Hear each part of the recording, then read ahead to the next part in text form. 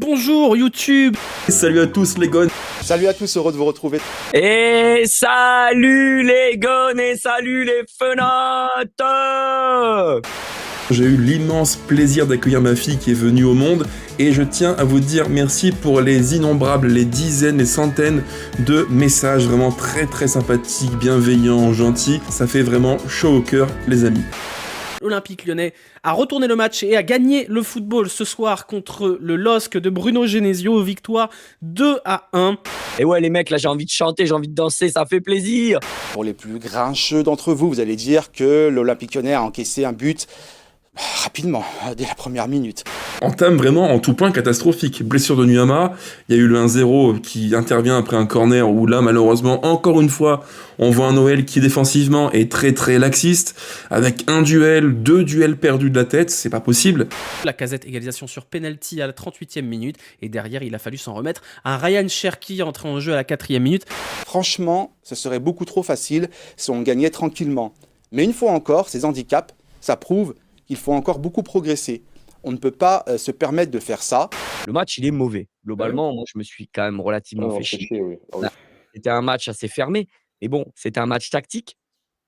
C'était un peu dur pour tout le monde, c'est vrai. Mais il y a des joueurs qui sont passés au-dessus de cette tactique. Pour moi, aujourd'hui, Almada, il ne fait pas 12 km/h pour rien. Je l'ai vu partout, je l'ai vu sur tous les ballons. La Ligue 1 a un nouveau Jean-Bière, c'est Jean-Bière Létang. Eh oui, Olivier Létang est nommé Jean-Bière du mois, parce que en bon larbin de Nasser Al-Khelaifi, Jean-Bière Létang a déposé une réserve contre Thiago Almada, une de plus. Info l'équipe, Nuama ligament. Putain, c'est chiant ça, c'est terrible. Pour l'instant, contre Manchester, t'as plus de profondeur sur les côtés. Parce que Fofana, Nuama, Almada, c'est pas un mec de profondeur. Cherki, j'en parle même pas. Miko Tadze, c'est un 9. Après, un vrai coach de haut niveau avec ses qualités, ce qu'on attend de lui, c'est dans ces moments-là, en fait, faire les bons choix, le bon dispositif tactique, mettre les bons joueurs au bon moment pour faire gagner des matchs importants. Donc, c'est là aussi qu'on va voir s'il nous apporte une plus-value, Fonseca, dans le choix qu'il va faire suite à ces deux aléas, la perte de Fofana et Nuama. Je pense que Tesman Matic, je pense que je réinvente pas la roue, c'est pas très complémentaire quand même. Parce que quand il y a Tesman Matic, vous avez Matic qui reste dans sa position de sentinelle, et vous avez Tesman qui va jouer un peu plus haut, mais Tesman il sait pas jouer plus haut, il sait pas jouer en 8, il sait pas jouer dans la profondeur, dans les espaces. C'est la complémentarité qu'il a avec Matic qui fait qu'on est trop en difficulté sur le volume de course, on peut se faire jongler trop facilement avec ces deux profils-là. Après, il n'a pas été catastrophique, non. Mais on parle des profils de complémentarité et là, les deux ensemble, ça ne va pas. Il va lui laisser le temps. Pour moi, on l'a mis déjà trop tôt titulaire. Ce gamin, il aurait dû rentrer dans une rotation. C'est pas à lui d'être titulaire. Verretou, c'est pas l'affaire. Il fait pas l'affaire. Voilà, mais c'est pas le problème de Tesman. Le problème, c'est que Verretou fait pas le boulot.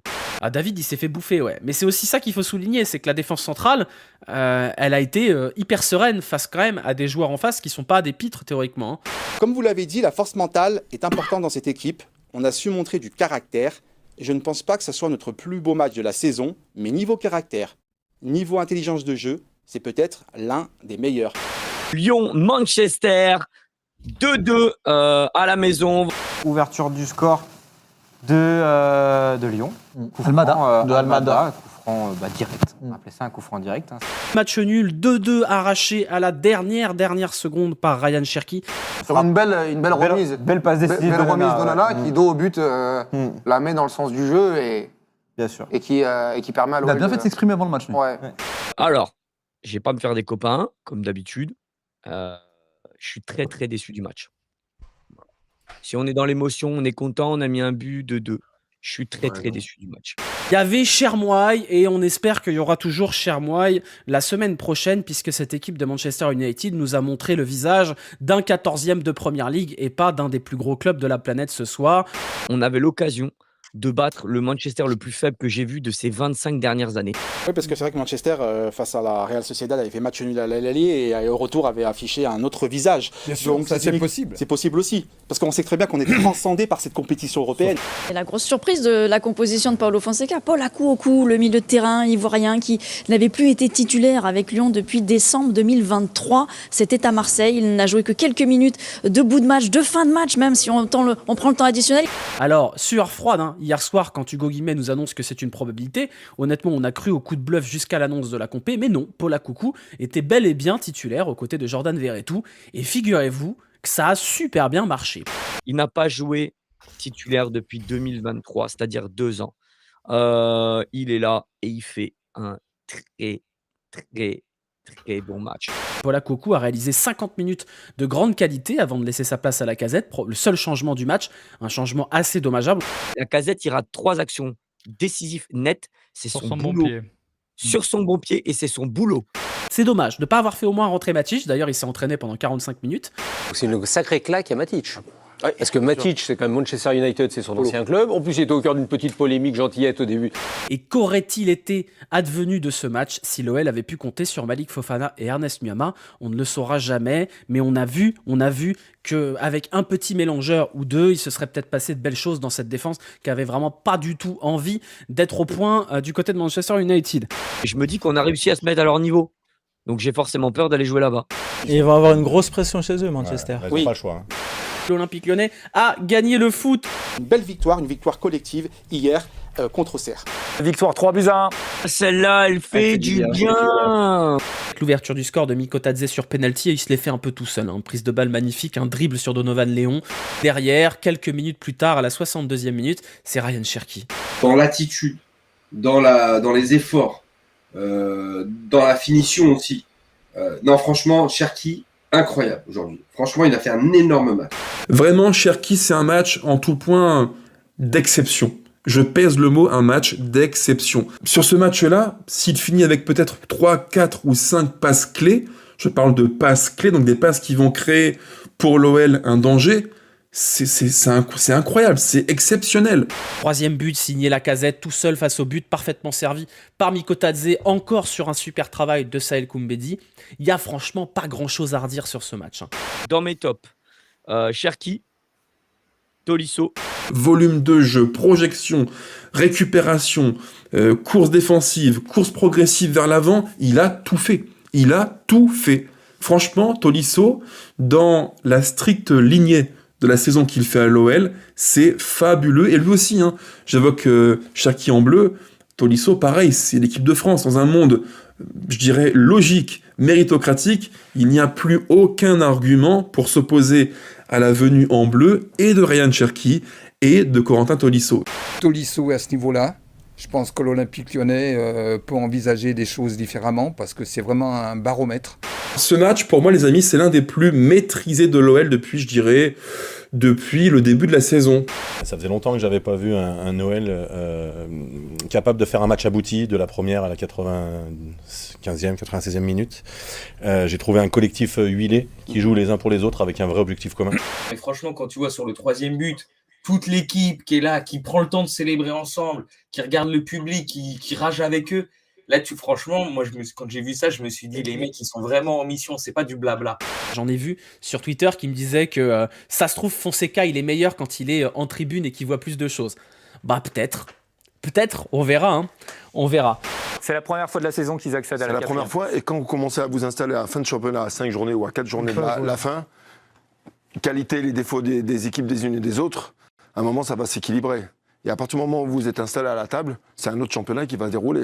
Pascal qui nous dit que l'OL a le destin entre ses mains ou ses pieds. En tout cas, effectivement, c'est à l'OL de ne pas déconner, d'être... c'est vrai, de ne rien lâcher et de jouer les matchs à fond.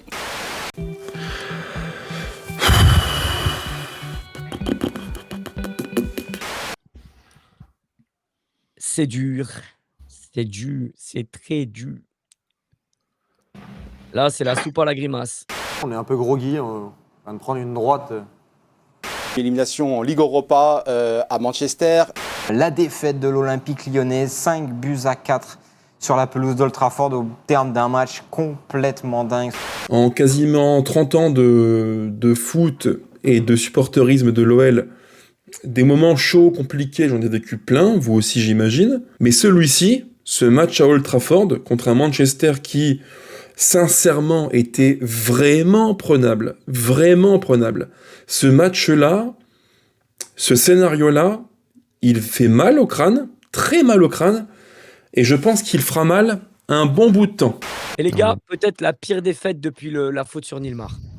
Je les ai vus disparaître pendant une période, là, à 2-0. Je les ai vus mettre 4 buts de suite. Une remontada dans l'histoire du football quasiment unique. Il y a eu 2 remontadas. C'est un match à 2 remontadas. Ah oui, c'est un match à 2 remontadas. Ils mettent 4 buts, et en plus, dont 2 à 10 ou 3 à 10. 2 à 10. 2 à 10. 2 à 10. Parce que Tolisso se fait sortir à 2-2, après 2-2. Deuxième faute de Tolisso, carton jaune largement évitable, faute stupide, carton rouge. Cher payé son expulsion quand même, hein, putain. Ouais, Donc le deuxième coup, c'est vraiment l'autre qui... Je suis complètement d'accord, mais il en fait 2 ou 3 avant. Malgré tout, on a vu un Noël plein de ressorts mentaux positifs en prolongation à 10 contre 11. À 10 contre 11, cet OL-là a su renverser la table, mener 3-2, puis 4-2, et à 4-2, on s'est tous dit, c'est bon, c'est fait, tu as encore à tenir à peu près 10 minutes. Et après, ce qu'on fait, c'est inadmissible, prendre 3 buts en 10 minutes. En 7 minutes exactement. Une fois que la Gazette marque le penalty, on doit mettre un mur devant la cage de Perry, et il n'y a plus rien qui passe, il n'y a plus rien qui bouge, et on est au combat, on est au duel, et le ballon il repart. Sauf que là, forcément, on a reculé, et on a arrêté de jouer, simplement. Et eux avaient une envie supérieure de gagner, ils l'ont montré. Tu joues ta saison sur un match contre Manchester United à Old Trafford, tu as des mecs comme Matic sur le banc, tu mets Akuaku qui est 4e ou 5e sur la liste. Le mec, il n'a pas d'expérience, il n'est pas sur une dynamique positive, il est sur quoi en fait? Que tu fasses un coup sur le match aller où tu veux surprendre, bon ok, déjà moi le côté laborantin sur les matchs comme ça. Ça n'est pas le moment pour tenter des expériences d'apprentis magiciens. C'est pas Harry Potter, on n'est pas en district. Faut arrêter, quoi. T'affrontes Manchester, c'est un quart de finale. Joue avec tes forces et n'essaie pas d'inventer un truc, sortir du chapeau le Paul Akuaku qui va devenir subitement Claude Makelele. Non, ça saurait. Il serait pas chez nous sinon. Il serait ailleurs, il serait au Real ou à Manchester, mais pas à l'OL. Matic, c'est un papa. T'avais besoin d'un papa dans ce match. Il nous a manqué là.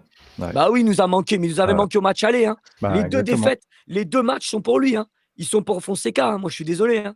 La petite musique en ce moment, c'est de dire qu'en l'espace de quelques semaines, il a fait oublier Pierre Sage, que c'est un niveau au-dessus. Oui, alors que ça, c'est autre chose, machin. Bon, là, ce soir, je suis désolé, le bilan sur 2 matchs, c'est qu'il se fait sortir par Manchester United, 14e de Première Ligue, qui n'a pas battu une équipe correcte cette saison. Ah, moi j'ai la mort.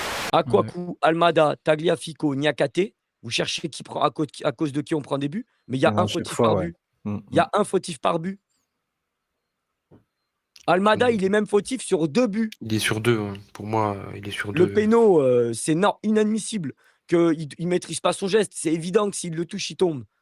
Almada, il fait 2 erreurs aujourd'hui. Et il ne fait pas un match fou. Hein. Niakate qui offre des buts. Enfin, voilà, tu payes 32 millions un joueur qui te tue la fin de match, qui fait n'importe quoi. Alors maintenant, il va pas falloir se rater dimanche. Hein. C'est le derby. Hein. Parce que là, pour se relever de 2 claques... Ah, tu peux niquer ta saison là. Ça peut aller très très vite. Une semaine en enfer pour l'Olympique Lyonnais, on le rappelle jeudi soir, ils sont sortis en demi-finale de Ligue Europa avec un scénario complètement dingue, une défaite 5-4 et donc ce soir la défaite dans le derby 2-1. Bon, on a perdu le derby, on a perdu contre Manchester United, il va falloir en parler de cette semaine très très compliquée. Quelle semaine de merde quand on est fan de foot et de l'Olympique Lyonnais. Un match très très chaotique, avec notamment une décision arbitrale de Monsieur Le Texier complètement ahurissante sur une faute de Stassin qui a valu rouge, puis finalement non. La faute honteuse, grossière, la semelle contre le tendon d'Achille de Tolisso par Stassin.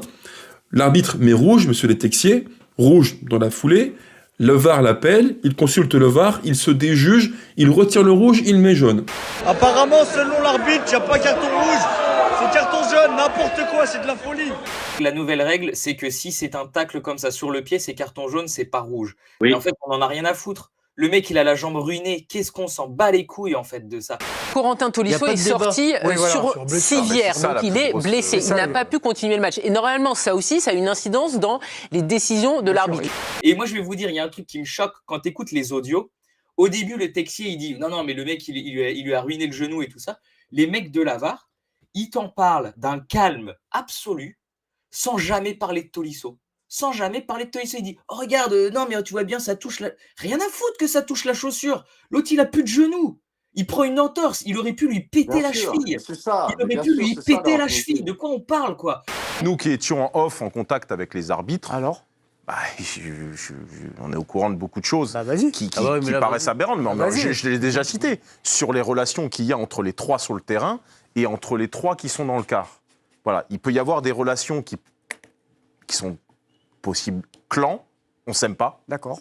Il peut y avoir des différences de je suis jeune, je commence, je peux pas déjuger tel, et ça peut être inverse, celui qui est expérimenté intervient avec insistance sur celui qui a un peu moins d'expérience. Mais cet arbitre-là, déjà, écoute, met du fait. Le pied en avant sur Donnarumma, qui finit défiguré, le joueur ne se fait pas expulser. Enfin voilà, il a eu une ou deux décisions comme ça durant la saison. Et quand on sait que c'est le meilleur arbitre français, il y a vraiment des questions à se poser. J'ai vu des Marseillais qui ont ressorti la phase d'explication de Le Texier sur l'expulsion de Harit sur la faute sur Marquinhos. Est-ce que vous vous souvenez de cette faute de Amin Harit? Amin Harit qui a un pied légèrement haut qui vient taper le plexus de Marquinhos et il prend rouge direct et Le Texier se présente après et dit oui, il y avait mise en danger de l'intégrité physique. Bah du coup je comprends pas. Il n'y a pas mise en danger de l'intégrité physique de Tolisso? Bizarre, non? Oui, d'après Olympique et Lyonnais, c'est un site d'information sur l'actualité du club lyonnais. Effectivement, le staff de l'Olympique lyonnais est très inquiet sur ce qui s'est passé au niveau du genou de Corentin Tolisso. On rappelle, il avait été touché à ce même genou en 2018, rupture des ligaments croisés, donc on s'inquiète à ce niveau-là. Et puis après, il y a d'autres faits de jeu durant cette rencontre. Avec cette pièce lancée des tribunes. Le projectile reçu par Mehdi Ramoni sur le crâne, une pièce apparemment de monnaie lancée depuis les gradins de Geoffroy Guichard. D'ailleurs, grosse news au passage, les Stéphanois ont de l'argent sur eux. Le match est arrêté pendant 40 minutes. Le projectile a un peu étourdi et un peu étourdi. Ce projectile est venu certainement de la tribune, entre la tribune Pavé et la tribune Henri Point, donc depuis le secteur visiteur qui a été commercialisé. Il a décidé de revenir au vestiaire parce qu'il était un peu étourdi. On a fait venir un médecin pour le surveiller, pour le contrôler. Il n'est pas blessé. Il a pris le Doliprane. Après quelques minutes de repos, il a décidé de pouvoir reprendre la partie. Moi, en top, j'ai le numéro 1, c'est le médicament préféré de tous, c'est le Doliprane. Il a permis au match de repartir, parce que sans le Doliprane, pas de match. Mais grâce au Doliprane, l'arbitre, il a pris parce qu'il ne se sentait pas bien. Tu vois, il avait dû se reposer, un petit Doliprane, et ça repart. La morale, c'est qu'on peut envoyer depuis les gradins des pièces, des briquets, des compas, des ciseaux. On peut maintenant tout faire, puisqu'en fait, il suffit d'un Doliprane de 500 mg ou de 1000 mg pour qu'en gros, l'arbitre puisse reprendre cours à son arbitrage. Si ça se passe au Groupama Stadium, il y a quelqu'un qui prend une pièce sur la tête, le match il est arrêté, et tu le sais. C'est totalement fou, c'est lunaire, c'est le football français, messieurs, dames, qui va droit dans le mur et qui, encore une fois, montre que en Ligue 1, il n'y a aucune cohérence, tant au niveau des choix arbitraux, rouge, pas rouge, expulsion ou pas, faute ou pas faute, et sur les faits de match comme celui-ci, où maintenant on peut envoyer un projectile, toucher un arbitre, peut-être provoquer un saignement, mais au final il ne se passe rien, parce qu'encore une fois, pas de sang égale pas de suspension. Le championnat, en fait, il est truqué par l'incompétence des gens. C'est-à-dire que c'est pas les mêmes règles pour tout le monde. D'une semaine à l'autre, ça va être une règle, d'une autre, ça va être un autre truc. Le championnat, il est truqué par l'incompétence des gens. Je dis pas que tout est un complot contre l'OL, mais c'est truqué par l'incompétence des gens. Le sportif, avant tout, parce que tu l'as dit, on va pas se cacher derrière l'arbitrage. Je suis un peu chagriné parce que l'OL vient de foutre en l'air sa saison, en tout cas grandement la foutre en l'air sur 3 jours. Et sur ces 3 jours, il y a des décisions complètement lunaires de la part de Paulo Fonseca. Les prend-il en totale liberté? Je ne sais pas. Akoukou qui avait remplacé Tolisso. Akoukou, j'ai dit quoi? Polo. Et a été remplacé à la mi-temps. Donc c'est dire si son entrée en jeu n'a pas été exceptionnelle. Mais quand tu vois par exemple Mikotadze, il a fallu que l'arbitre il prenne la pièce sur la tête et qu'il y ait cet intermède pour qu'il se mette à jouer en fait. Pendant 40 minutes ou 45 minutes, il a erré là dans la première mi-temps. C'est pas ce qu'on attend d'un attaquant à l'Olympique Lyonnais. C'est pas ce qu'on attend d'un type qui veut devenir titulaire à la pointe de l'attaque. Surtout dans un derby. Niakate, lol, voilà, MDR, PTDR, XD, jajaja, comme disent les Espagnols, une catastrophe. Sur le premier but, il demande à quelqu'un d'autre de faire son taf. Sur le deuxième but, il a reculé comme un C15 quand il fait face à un tracteur en la campagne. Il faut revenir, monsieur Niakate, il faut revenir. Au secours. 1. Verretou, énorme flop du match, parce que alors lui c'est terrible. Je revois les images au début du match, Verretou, au bout de, allez, pour être sympa avec lui, au bout de 10 minutes, si vraiment j'étais réaliste, je dirais au bout de 5 minutes, il était déjà en PLS complet, rouge comme une tomate, prêt à exploser. Et moi j'ai peur parce que j'ai l'impression que l'équipe a lâché. Je n'ai pas vu des Lyonnais face à des Stéphanois, les Lyonnais, les vrais Lyonnais je parle, je les ai pas vus. Les Lacazette, les Tolisso, les Cherki, je les ai pas vus. Cherki et Lacazette, ça se voit qu'ils sont cramés. Cherki, je lui en veux franchement un peu moins, parce que ça se sent qu'il est mort complet. Il est fatigué, Cherki. Il a joué 115 minutes à Old Trafford, il fait un mauvais match. Lacazette, oh là là, c'est la charrette là, c'est horrible, c'est la casse-gueule, je sais pas ce que vous voulez, mais il faut faire quelque chose, monsieur. C'est une catastrophe, y a plus rien. Y a plus rien, faut faire le plein, faut mettre du sans-plomb dedans. Mes amis lyonnais, faites comme tous ces gens qui sont en ce moment à l'antenne avec moi. Dickens, Tonton Seb et Jules Papigone. Et prenez un double Doliprane. On a appris via l'équipe et Hugo Guillemet que Laurent Prudhomme, l'actuel directeur général de l'Olympique Lyonnais, serait un petit peu sur la sellette. C'est le titre de l'article de l'équipe. Le directeur général de l'OL, Laurent Prudhomme, bientôt écarté, point d'interrogation. Il y a plusieurs moments qui ont créé une tension entre lui et la direction, parmi lesquels apparemment une trop grande présence, il s'afficherait trop en public dans le sportif. Il est aussi question, de ce que j'ai pu comprendre, d'un souci de tarification pour les places liées aux jeunes supporters en tribune, à laquelle s'opposerait apparemment Laurent Prudhomme. Et il y a aussi un problème qu'évoque Mohamed Toubachter sur Twitter, lié à un contrat de sponsoring avec la RDC, la République démocratique du Congo, un deal qui aurait pu rapporter à l'OL 6 millions d'euros annuels de sponsoring et qui aurait donc capoté. Haha, j'adore rire. Les joueurs de l'OL qui ont été accueillis par un message très clair, de la fierté à la honte. 4 matchs pour le podium, message déposé à l'entrée du centre d'entraînement à Dessines. On rappelle que les Lyonnais sont 6e à 3 points du podium. Les supporters attendent une réaction dès samedi avec la réception de Rennes. Franchement, il fallait que l'OL gagne contre Rennes après cette défaite à Geoffroy Guichard. Et oui, ça y est. Victoire de l'OL 4-1. Voilà, c'est ça qu'on veut, des guerriers, des pitbulls. L'OL qui se présentait au Groupama Stadium avec une compo type, enfin, une équipe pas expérimentale, et ça nous donnera bien des regrets par rapport aux 2 matchs précédents, puisque cette compo, elle a fonctionné. Le coaching de Fonseca fait grand bien, son coaching met fin à ce trou d'air d'environ 15-20 minutes, on ne leur a laissé aucune chance, que des miettes, on a pris leur tête, on l'a mise sous l'eau, on leur a dit non, stop, c'est chez nous, on prend les points, à 2-1, on veut le 3-1, à 3-1, on veut le 4-1, à 4-1, on en veut encore plus, on veut gagner, on veut aller en Ligue des Champions. Ça, c'est l'esprit, la mentalité, le caractère que j'aurais aimé voir dans des matchs de la semaine décisive à Old Trafford et aussi lors du derby. La présence de Matic, ça change tout quelque part, ça change tout, messieurs. Techniquement, en fait, dans l'utilisation du ballon. Garder le ballon. On sait que voilà, il a de la maîtrise technique. Alors oui, il a un moins bon volume de course qu'un Tolisso. L'OL remporte 55,2% de ses matchs, toutes compétitions confondues, avec Matic titulaire. Ce pourcentage baisse à 43% quand il n'est pas titulaire. Et quand on a Malik Fofana, tout change, puisqu'il crée un danger permanent par ses appels, il crée un danger permanent par ses percussions, et donc ça libère toutes les choses autour, et ça crée une peur permanente du côté de la défense. J'ai adoré ce qu'a fait Hensley Maitland-Niles, parce que je l'avais dit avant le match, l'apport des pistons côté rennais, notamment Assignon à droite, qui est un TGV, qui va très vite, qui n'est pas un joueur très fort dans le 1 contre 1 pour dribbler, mais un joueur qui va tout le long du match, du début à la fin, pilonner. Ça, on le savait, je l'avais dit en vidéo, et Maitland-Niles a été d'une intelligence, d'une rigueur et d'une agressivité qui a fait mal. Et on a vu un Corentin Tolisso performant. Taille patron. Vraiment, c'est le mot pour moi, c'est Tolisso taille patron, parce que il a montré, même mentalement, qu'il était présent, il a poussé les autres. sur sa déclaration d'après-match où il dit que un strap c'est suffisant. Donc vraiment, ouais, il a assuré. En plus, buteur, il me semble que c'est son 10e but. Si parlait du match de Tolisso, l'autre il a pas fait un entraînement de la semaine, il nous pose une masterclass comme ça. J'annonce, il est dans mes tops. Hein. Le mec, il nous colle un but magnifique. Il fait une récupération sur le premier but absolument sublime. Il est incroyable, Tolisso. Incroyable, incroyable. Il est sur les 3 premiers buts. Voilà, il est sur la photo de famille des 3 premiers buts en fait. Non, mais il est incroyable. Il est surtout, peut-être, et je pense, le meilleur joueur de la saison à l'OL.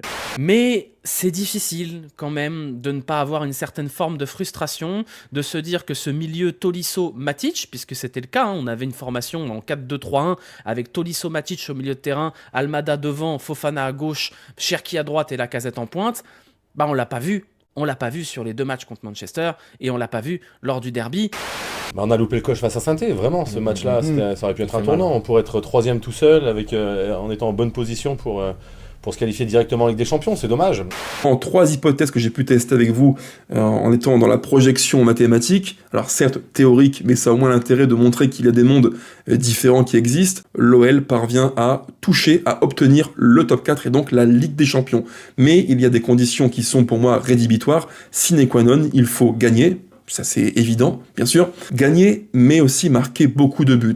Le goal average, ça va être important pour la fin de saison. On voit bien que là, l'OL a fait +3 contre Rennes en goal average. C'est peut-être ça qui va faire la différence entre la 4e et la 6e place en fin de saison. Le match pivot, vous l'avez compris, c'est ce match contre Monaco à Louis II. Ce match-là, c'est le match de la mort. C'est le match qui dira malheur aux perdants. On doit jouer sur nos forces vives actuelles. On sait de quelle manière on a eu des bons résultats sur les derniers matchs. Quel visage a montré l'équipe. Et s'ils ne sont pas ambitieux là, ils ne le seront jamais. Allez, bisous, ciao, à bientôt. Merci à tous pour votre fidélité. Ciao, ciao les gones, à bientôt. Et allez l'OL toujours plus que jamais. Ciao les gones, ciao les fanates. Ciao. Je crois qu'après avoir vu ça, on peut mourir tranquille. Enfin, le plus tard possible, mais on peut.